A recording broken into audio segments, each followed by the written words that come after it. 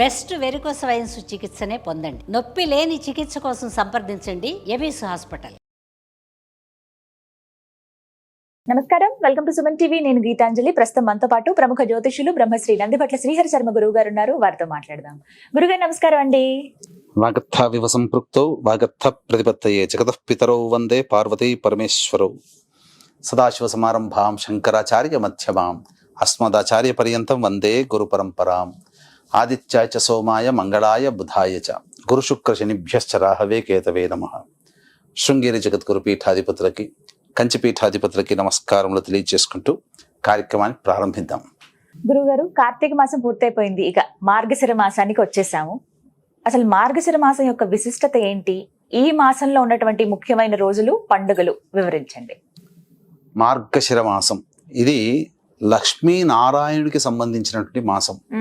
మనకు గీతలో కూడా, భగవద్గీతలో కూడా విభూతి యోగంలో శ్రీకృష్ణుల వారు ఏం చెప్పారంటే, మాసానాం మార్గశీర్షోహం అంటే మాసాలలో మార్గశిర మాసము నేనే.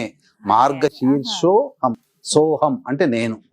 కాబట్టి ఈ మార్గశిర మాసము ప్రత్యేకించి మధుసూదన అనే నామంతో వ్యవహరించడం జరుగుతుంది నారాయణుని.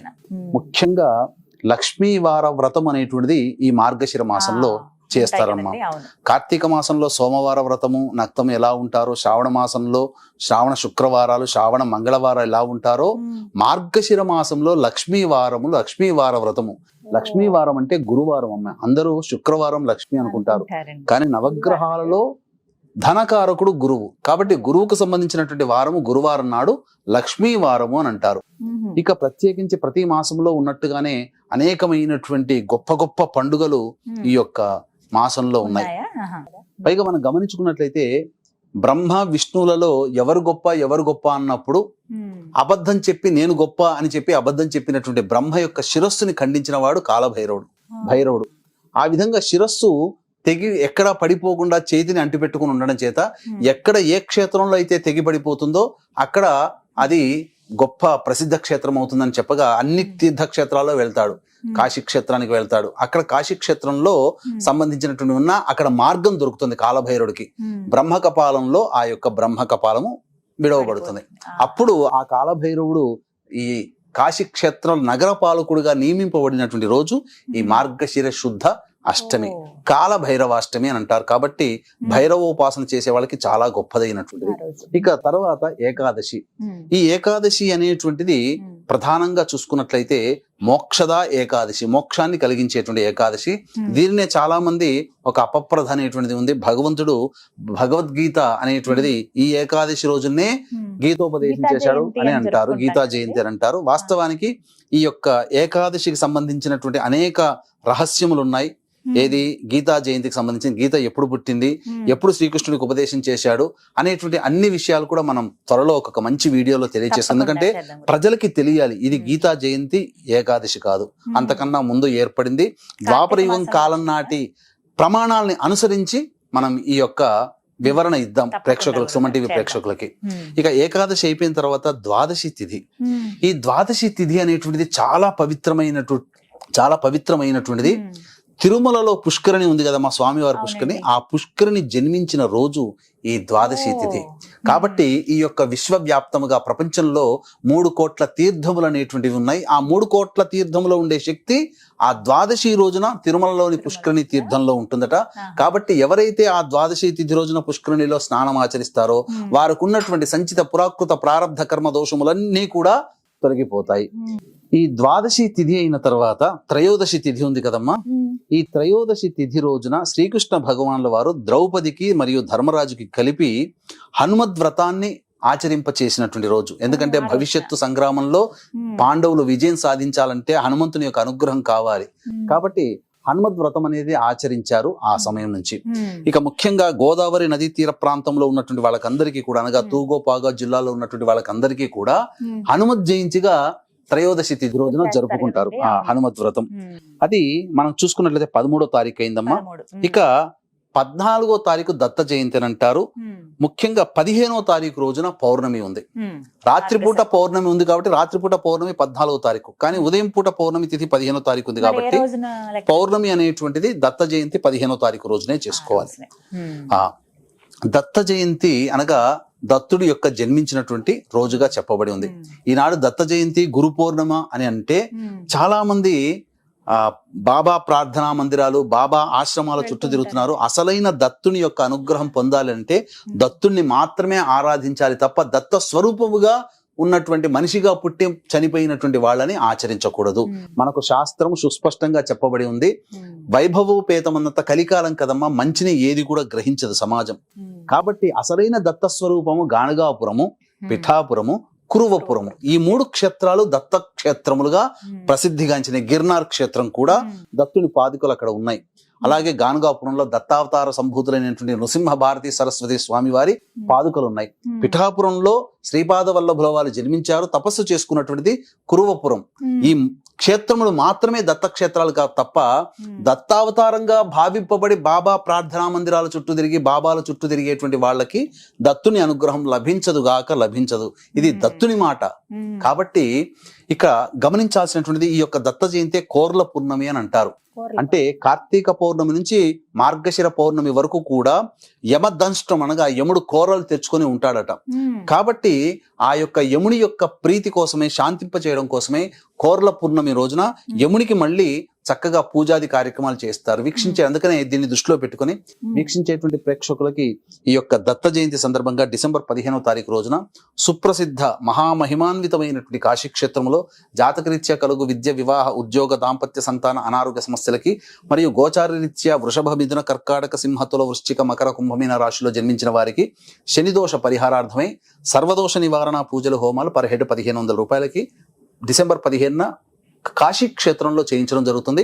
అలాగే అందరికీ యమబాధలు తొలగించడం కోసం ఆ దత్త జయంతి రోజున యమ హోమం కూడా చేయించడం జరుగుతుంది. అనగా నరకలోక ప్రాప్తి, అపమృత్యు భయ దోషాలు కూడా ఈ యొక్క హోమంలో పాల్గొనడం ద్వారా తొలగిపోతాయి.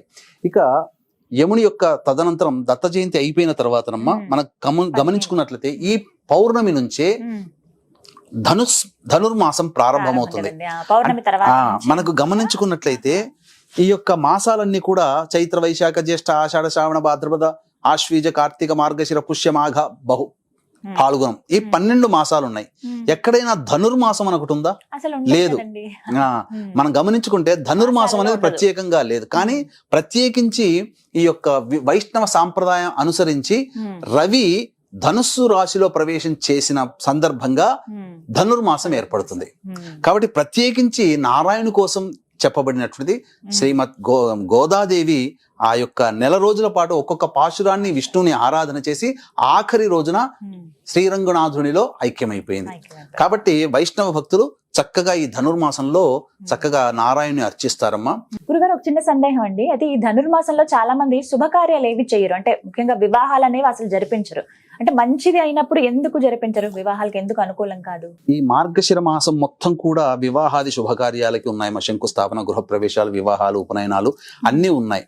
కానీ ఇక్కడ గమనించుకోవాల్సిన ఒక అపప్రథ ఏంటంటే విష్ణువుని మాత్రమే కొలిచేటువంటి వైష్ణవులకి సాంప్రదాయానుసారము సౌరమానం ప్రకారం కదా వాళ్ళకి ధనుర్మాసం వచ్చేది. సౌరమానం ప్రకారము వాళ్ళు ఎటువంటి పూజాది కార్యక్రమాలు వాళ్ళకు ఉండవు. కానీ ఈ యొక్క ఆచారం మన వాళ్ళకు కూడా, అంటే వాళ్ళు చేసుకోలేకపోతే మనం కూడా చేసుకోకూడదు అని చెప్పి ధనుర్మాసంలో మన వాళ్ళు కూడా గృహప్రవేశాలు చేసుకోరు. కానీ ఇది తప్పమ్మా, మనకు సంబంధం కాదు. అది చక్కగా ధనుర్మాసంలో చేసుకోవచ్చు. ఆ ధనుర్మాసంలో ఆ వైష్ణవులు ఎవరింట కూడా పూజాది కార్యక్రమాలు చేసుకోకుండా కేవలం విష్ణువుని, లక్ష్మిని ఆరాధిస్తుంటూ పెట్టుకున్నటువంటి రోజు. కాబట్టి అది అందరికి మనకు ఆపాదించబడలేదమ్మా. కాబట్టి తప్పకుండా ధనుర్మాసమైనా కానీ చేసుకోవచ్చు, తప్పు లేదు. మనకు ఆ సాంప్రదాయం కాదు. కాకపోతే విష్ణుని, లక్ష్మిని ఆరాధన చేసే సాంప్రదాయం చేసుకోవచ్చు. ఇక ఈ ధనుర్మాసం పౌర్ణమి నుంచే ప్రారంభమవుతుంది. ఇక తదనంతరం చూసుకుంటే 18వ తారీఖు రోజున సంకష్టహర చతుర్థి ఉంది. గణేష్ని ఉపాసన చేసేవాళ్ళు సంకష్టహర చతుర్థి. ఇక గమనించుకున్నట్లయితే 22వ తారీఖు రోజున కూడా మళ్ళీ కృష్ణపక్ష సప్తమి తిథి, భాను సప్తమి ఉంది. ఇక తరువాత 26వ తారీఖు రోజున ఏకాదశి. ఇక 28వ తారీఖు రోజున శని త్రయోదశి ఉంది. అందుక వీక్షించేటువంటి ప్రేక్షకుల్లో 2024వ సంవత్సరంలో ఇక ఆఖరి శని త్రయోదశి అదేనమ్మా. ఇక 29వ తారీఖు రోజున మార్గశిర మాస మాస శివరాత్రి. 30వ తారీఖు రోజున అమావాస్య ఉంది. ఈ అమావాస్య చాలా విశేషమైనది. సోమవారముతో కూడుకున్నటువంటి అమావాస్య, సోమవతి అమావాస్య.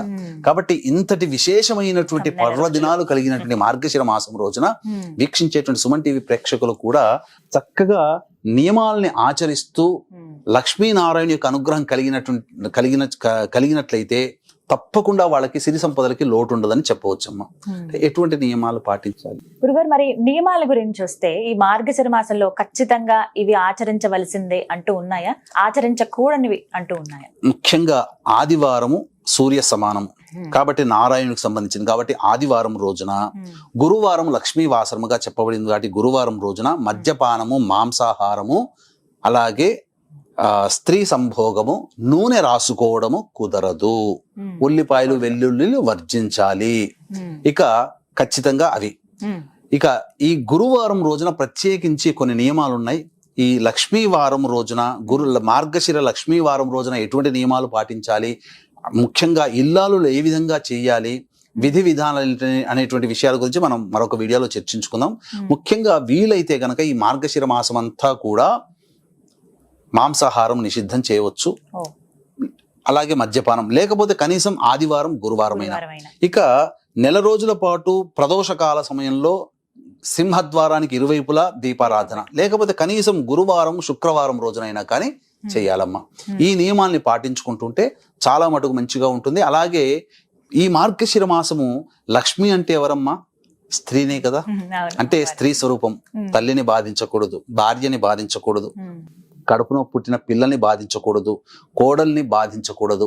అలాగే పనిచేస్తున్న సంస్థలో కానీ, చుట్టుపక్కల ఎవరినైనా కానీ, సమాజంలో కానీ ఏ స్త్రీని కూడా కంట నీరు పెట్టించకూడదు.